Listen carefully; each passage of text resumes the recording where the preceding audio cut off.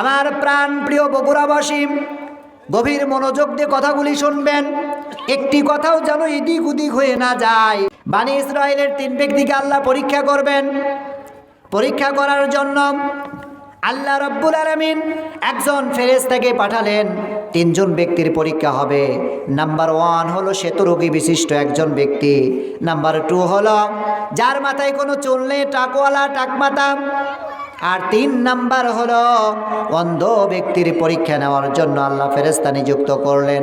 সর্বপ্রথম ফেরেশতা ওই শ্বেতরোগী বিশিষ্ট ব্যক্তিদের কাছে চলে গেলেন। যাওয়ার পরে ওই শ্বেতরোগীকে জিজ্ঞাসা করলেন, শ্বেতরোগ বোঝেন তো, ওই যে পুরা শরীর সাদা হয়ে যায়, এই শ্বেতরোগ বিশিষ্ট ব্যক্তির কাছে ফেরেশতা যাওয়ার পরে জিজ্ঞাসা করলেন, তোমার নিকট কোন জিনিস সবচাইতে প্রিয়?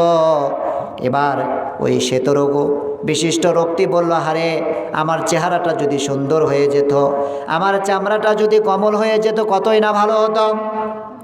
মানুষ আমাকে দেখে ঘৃণা করে, মানুষ আমাকে দেখে ইনসাল্ট করে, ক্রিটিসাইজ করে।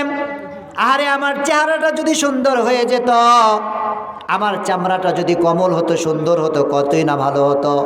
এবারে ফেরেশতা তার শরীরের উপরে হাত বোলাইয়া দিলেন। ফেরেশতার শরীরের উপরে হাত লাগানোর সঙ্গে সঙ্গেই আল্লাহ রাব্বুল আলামিন তার চেহারাকে সুন্দর করে দিলেন। আল্লাহু আকবার।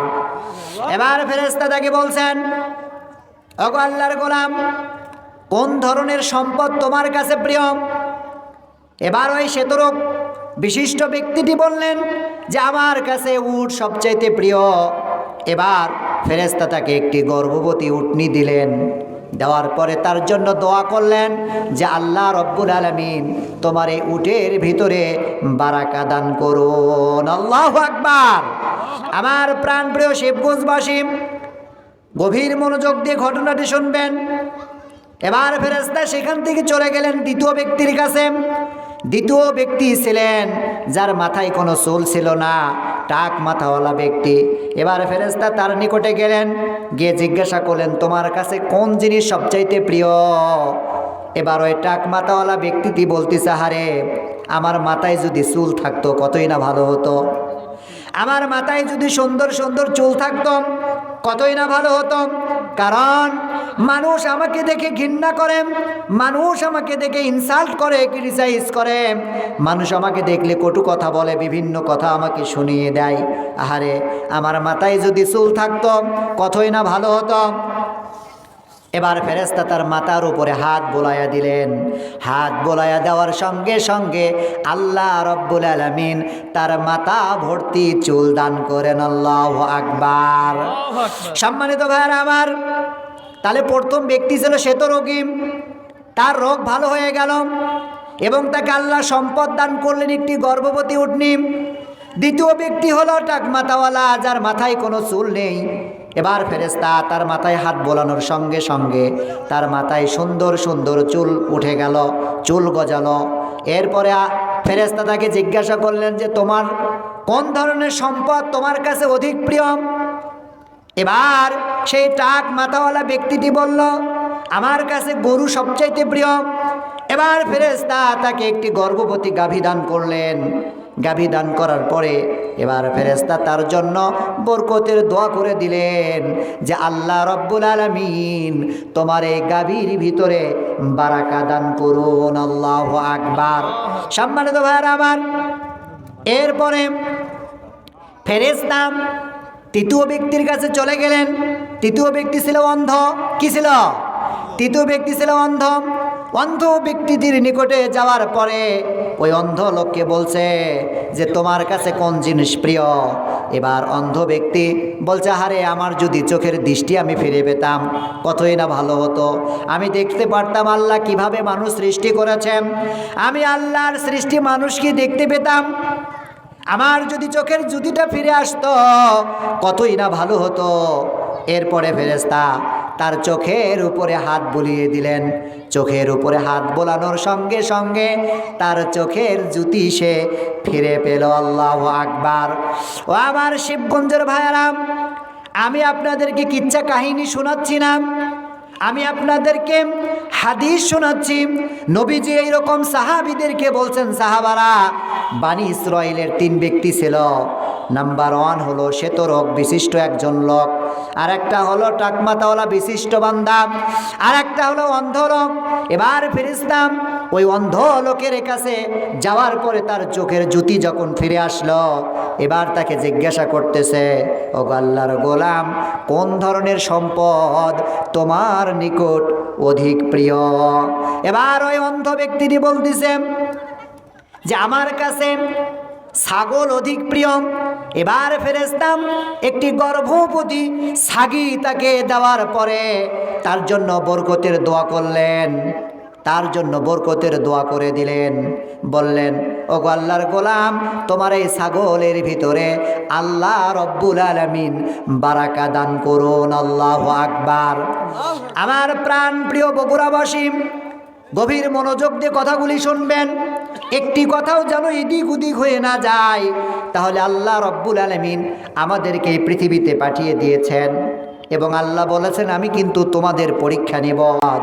আর যারা বিপদ আপদ বালা মুসিবতের ভিতরে আছে তারা যদি ধৈর্য ধারণ করতে পারে, আল্লাহ বলে ইন্নাল্লাহা মাআস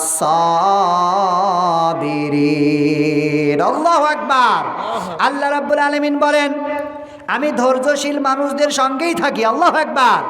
এই জন্য সম্মানিত ভাইরা, পৃথিবীতে চলতে গেলে বিভিন্ন সময় বালা মুসিবত আসবে, বিপদ আসবে, বিভিন্ন পেরেশানি আসবে। এই পেরেশানিগুলির ভিতরে আমাদেরকে ধৈর্য ধারণ করতে হবে। আমরা যদি ধৈর্য ধারণ করি, আল্লাহ আমাদের জন্য সামনের পথকে আরো সহজ করে দিবেন। আল্লাহু আকবার। সম্মানিত বগুড়াবাসী, তাহলে ওই 3 ব্যক্তির কথা মনে আছে না নাই? 3 ব্যক্তিকে আল্লাহ রব্বুল আলামিন পরীক্ষা নেওয়ার জন্য ফেরেশতাকে নিযুক্ত করলেন। এবার ফেরেশতা প্রথম ব্যক্তির কাছে গেলেন, প্রথম ব্যক্তি ভালো হয়ে গেল এবং সম্পদশালী হলো। দ্বিতীয় ব্যক্তির কাছে গেলেন, দ্বিতীয় ব্যক্তিও ভালো হয়ে গেল, সম্পদশালী হলো। তৃতীয় ব্যক্তির কাছে গেলেন, তার চোখের জ্যোতি সে ফিরে পেল এবং গরিব মানুষটা সে সম্পদশালী হলো। বলেন না আল্লাহু আকবার। কিছুদিন ব্যবধানে ওই উট আলার উট দিয়ে পুরা মাঠ উট দিয়ে ভরে গেল। দ্বিতীয় নাম্বার হলো যাকে গাভী দান করা হয়েছিল, তার গাভী দিয়ে পুরা মরুভূমিটা মাঠটা গাভী দিয়ে ভরে গেল। আর তৃতীয় নাম্বার যাকে ছাগল দেওয়া হয়েছিল, পুরা ছাগল দিয়ে চরণভূমি ভরে গেল। আল্লাহু আকবার। এবার আল্লাহ রাব্বুল আলামিন ফাইনাল পরীক্ষা নেওয়ার জন্য আবার ওই ফেরেশতাকে তাদের নিকট পাঠিয়ে দিলেন। ফেরেশতা যাও যাও, দেখো তো এবার পরীক্ষা নিয়ে দেখো তারা পাশ করে নাকি ফেল করে। এবার ফেরেশতা পরীক্ষা নেওয়ার জন্য ওই প্রথম শ্বেতরোগী, ওই শ্বেতরোগ বিশিষ্ট লোকটির কাছে গেলেন। যাওয়ার পরে তাকে বললেন, ভাই আমি মুসাফির মানুষ, সফরের হালতে রয়েছে, সফরের যে সম্বল, সফরের যে টাকা পয়সা আমার কাছে ছিল সব শেষ হয়ে গেছে।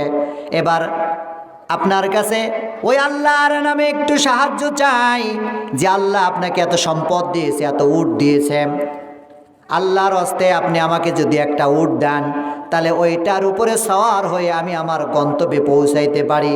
কারণ আল্লাহ ছাড়া ওই আমার গন্তব্যে পৌঁছানোর জন্য আর কিছু আমার কাছে নাই।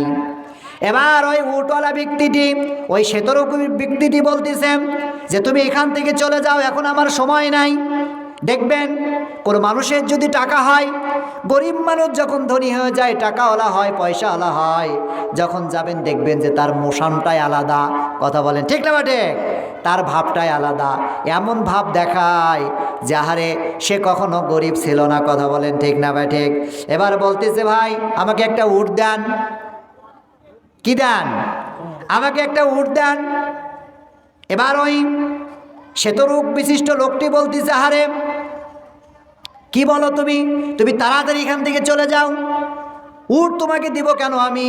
বলছে, ভাই আমি মনে হয় আপনাকে চিনি, আপনি মনে হয় আমি আপনাকে চিনি, কারণ এর আগে আপনার হয়তো পুরা শরীরটা সাদা ছিল, আপনি শ্বেতরোগী ছিলেন এবং আপনি গরিব ছিলেন, আল্লাহ আপনাকে ধনী বানাইছে।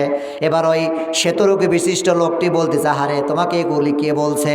আমি তো আগে থেকেই ধনী, আমি তো আগে থেকেই ধনী, আমি বংশ পরম্পরায় আমরা ধনী, আমাদের বংশে কেউ গরিব ছিল না। দেখবেন যখন কারো টাকা হয় একটু ফুটানি বেড়ে যায়, কথা বলেন ঠিক না বা ঠিক? খবরদার ফুটানি দেখায়েন না।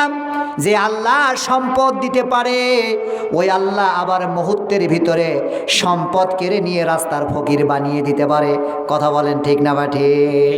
এরপরে আবার ফেরেশতা বলতেছে তুমি যদি মৃত্যু খাও, তুমি যদি মিথ্যা কথা বলো, তাহলে আল্লাহ রব্বুল আলামিন তোমাকে যেন ওই পূর্বের মতো করে দেয়।